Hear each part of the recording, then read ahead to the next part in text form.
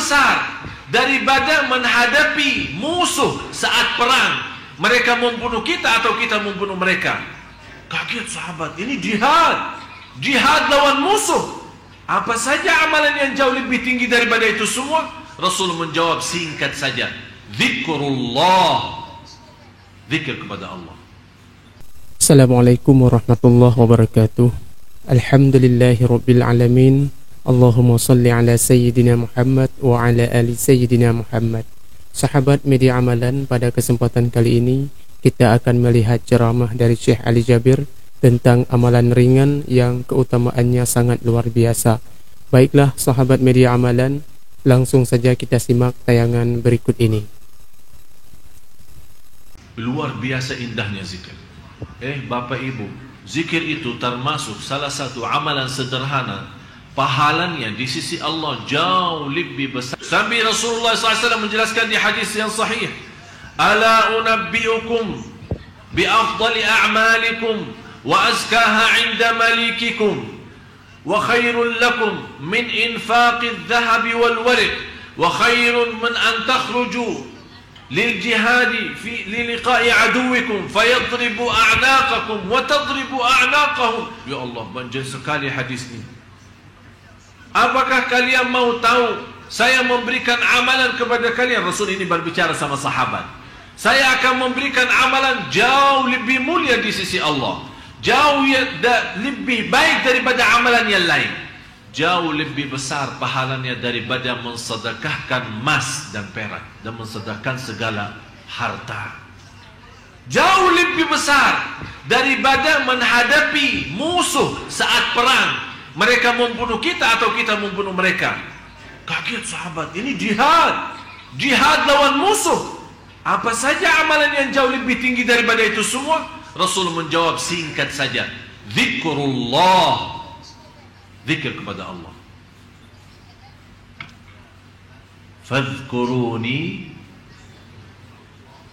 tanda-tanda kita mencintai Allah, banyak sebut Allah.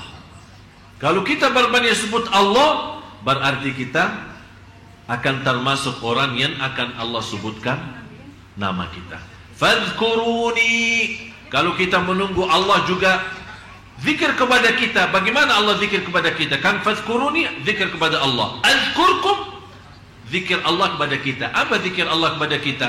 Akan Allah selalu ingat kepada kita. Apapun kebutuhan kita, apa keperluan kita, apa keinginan kita, apapun hajat kita, akan Allah selalu ingat dan mengabulkan doa kita. Jamaah sekalian, inilah namanya, begitu anda wudu sebelum azan 10 menit atau 15 menit, tinggalin semua dunia, HP semua tinggalin, terus isi zikrullah. Subhanallah, kalau kita bisa seperti ini, saya yakin salat kita jauh akan lebih baik. Karena kenapa zikir sebelum salat itu? Karena dia memberikan persiapan batin. Bersih semua.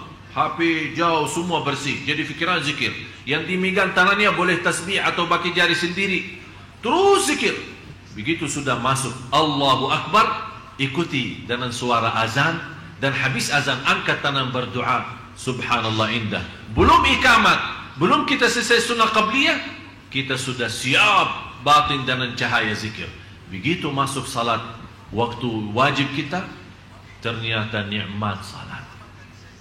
Tolong, amalan ini yang saya baru saja sampaikan, pertama kali saya sampaikan cara ini, saya mohon dipraktis dan diamalkan. Anda sendiri akan merasa, oh ternyata betul.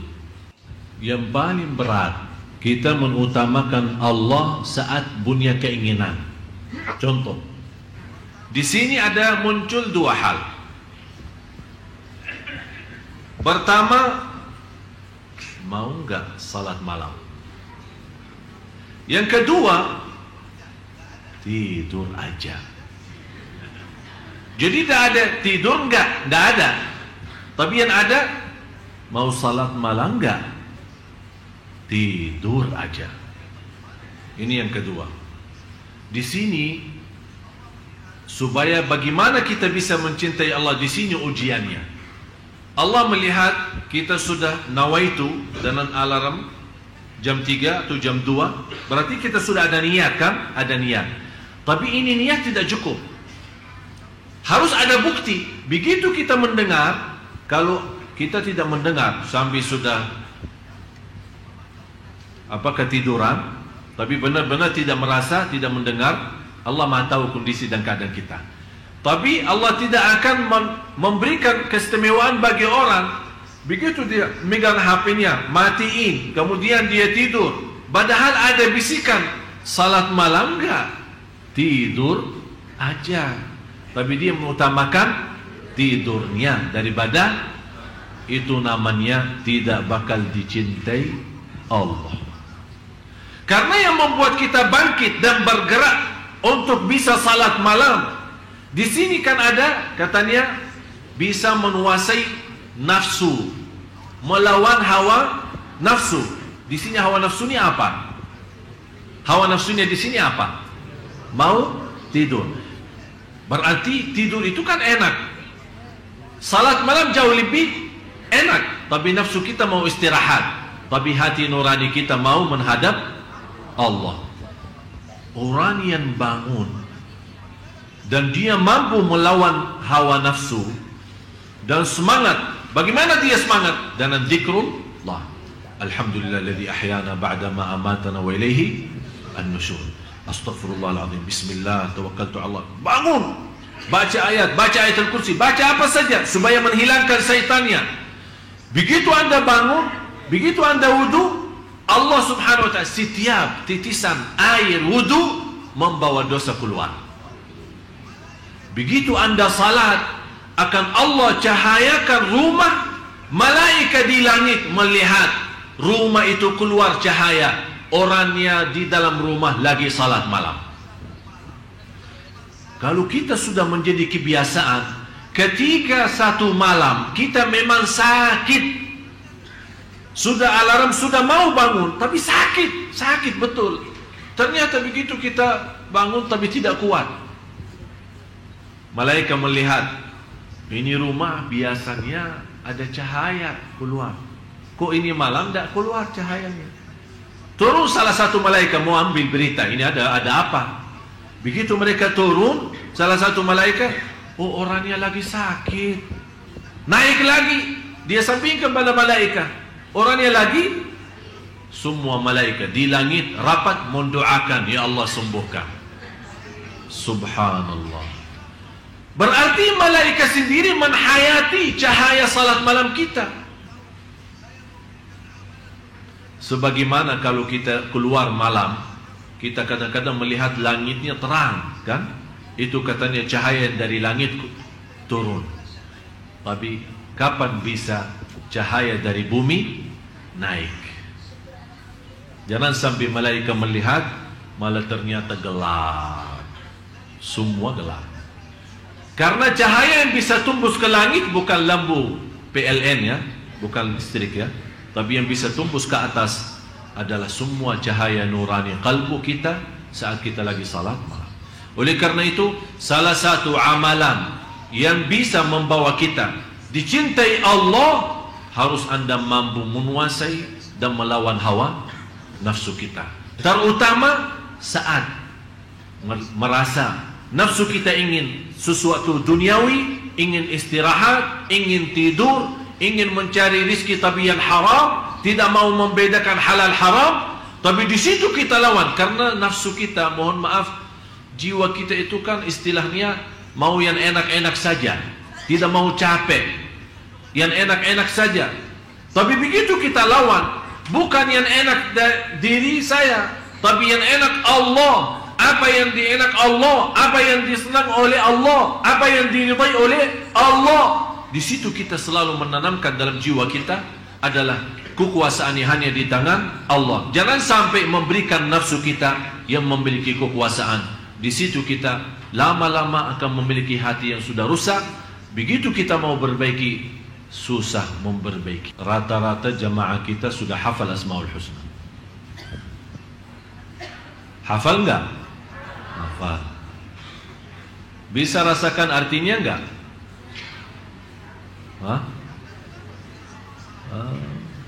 Rasulullah sallallahu alaihi wasallam bersabda di hadis yang sahih, "Inna lillahi 99 isma, man ahsaha dakhala al-jannah." Allah mempunyai 99 nama. Barang siapa yang menguasinya, yang menghafalnya, yang mengamalkan isinya, yang mempelajarinya, yang mendalaminya, itu kata ahsaha. Jadi termasuk di dalamnya menghafal, mengamalkan, memahami, menhayati, merasakan, menikmati, merasa lazat saat sebut nama-nama Allah yang namanya Asmaul Husna, dan bisa lewat Asmaul Husna kita memohon kepada Allah Subhanahu wa taala. Di situ kita akan baru merasa keagungan Allah dalam hati kita semakin bertambah.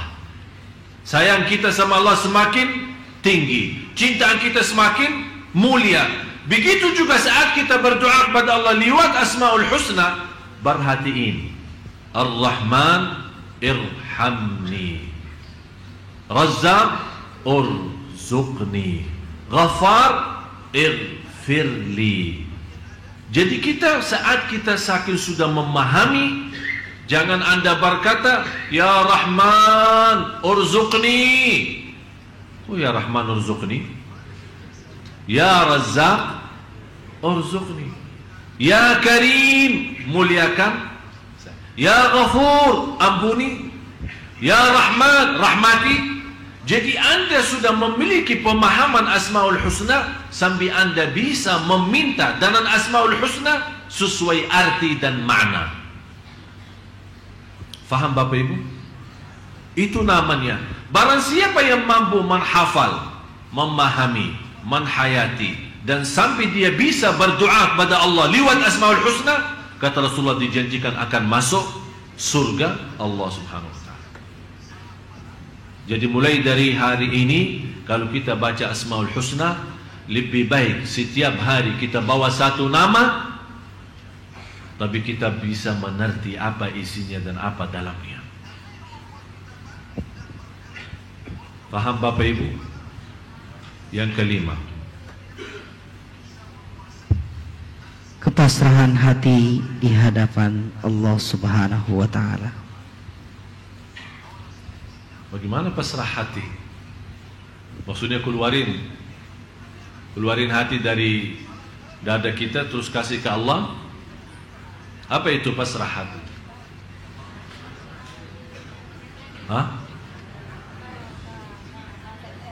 Intinya begini, dalam ibadah, dalam mencari rezeki, saat kita makan, saat kita tidur, saat kita jalan menuju ke masjid, saat kita berjalan mencari nafkah, saat kita di mana saja berada, hati kita selalu merasa tidak punya upaya dan tidak punya daya untuk melaksanakan sesuatu kecuali dengan Allah. Terwujud benar-benar la haula wala quwata illa billah. Dan pasrah yang tertinggi adalah pasrah kalbu. Istilah lain, tawakal yang tertinggi, tawakal qalbu. Maksudnya apa tawakal qalbu? Saat kita keluar rumah, doanya apa? Bismillah tawakkaltu ala Allah, la haula wala quwata illa billah. Ini ucapan cukup tinggi, ucapan cukup sempurna. Tinggal apa? Ucapan lidah sudah baik, tinggal hati. Jangan sampai pas kita keluar rumah, Bismillah tawakkaltu ala Allah, la haula wala quwata illa billah, tapi di dalam hati masih merasa alhamdulillah saya sehat, masih muda, saya bisa berlaku sesuatu. Ini bicara sama siapa? Sama hati. Yang seharusnya memantapkan ucapan ini, Bismillah tawakkaltu ala Allah, la haula wala quwata illa billah, bukan hanya lidah yang mengucapkan, tapi hati juga ikut mengucapkannya. Pasrah total lahir batin, Allah segalanya, kun fayakun. Begitu anda keluar membawa doa keluar rumah, anda merasa ya Allah, memang saya sudah berikhtiar berdoa, tapi segalanya di tanganmu ya Allah. pasrah, dengan yakin saya kemana saja pergi akan Allah menjadikan hati saya hari ini buas iman, mendapat rizki dan kecukupan, dan senantiasa diterima segala amal dan perjuangan. Yang keenam, melihat kebaikan dan nikmatnya baik yang lahir maupun yang batin. salah satu yang bisa Anda mendapatkan dicintai Allah, harus Anda selalu mengingat nikmat Allah. Fikirkan nikmat-nikmat Allah kepada kita. Wa amma bi ni'mati rabbika fahaddits. Yang kita selalu lupa,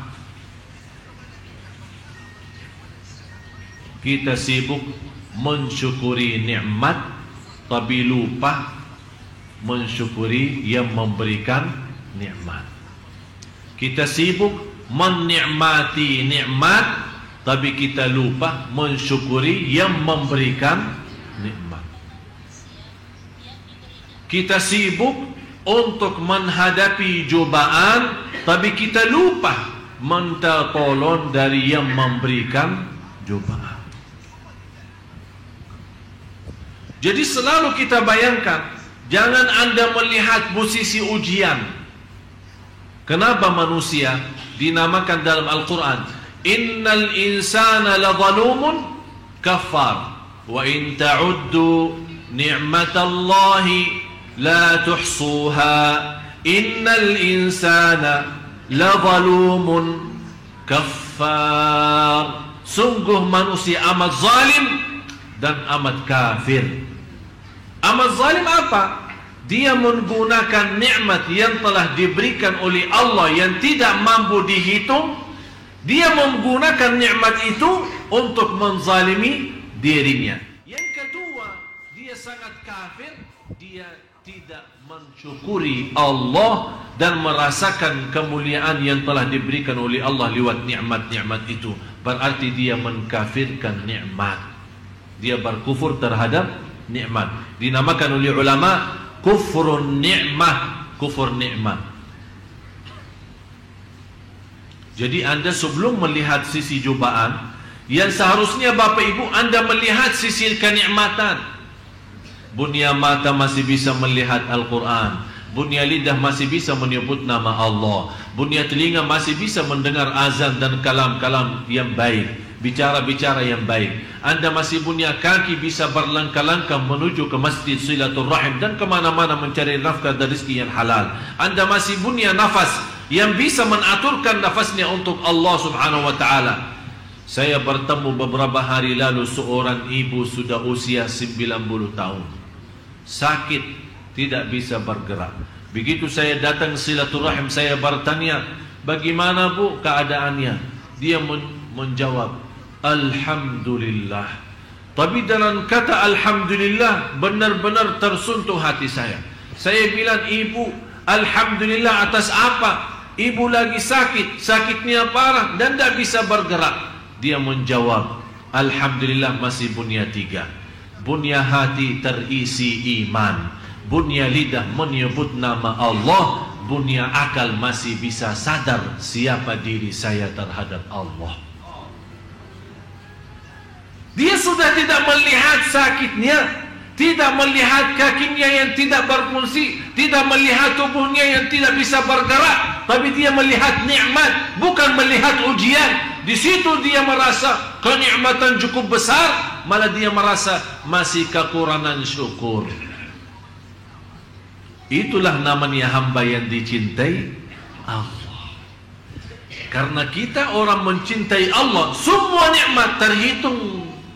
Ongkir mulai 3 ribuan aja. Ingat makan, ingat pengantaran hemat GrabFood. Tapi sekarang kita terbalik, malah semua ujian yang cobaan yang kita hitung. Kita hitung cobaannya, bukan hitungkan nikmatnya. Ini yang membuat kita lemah.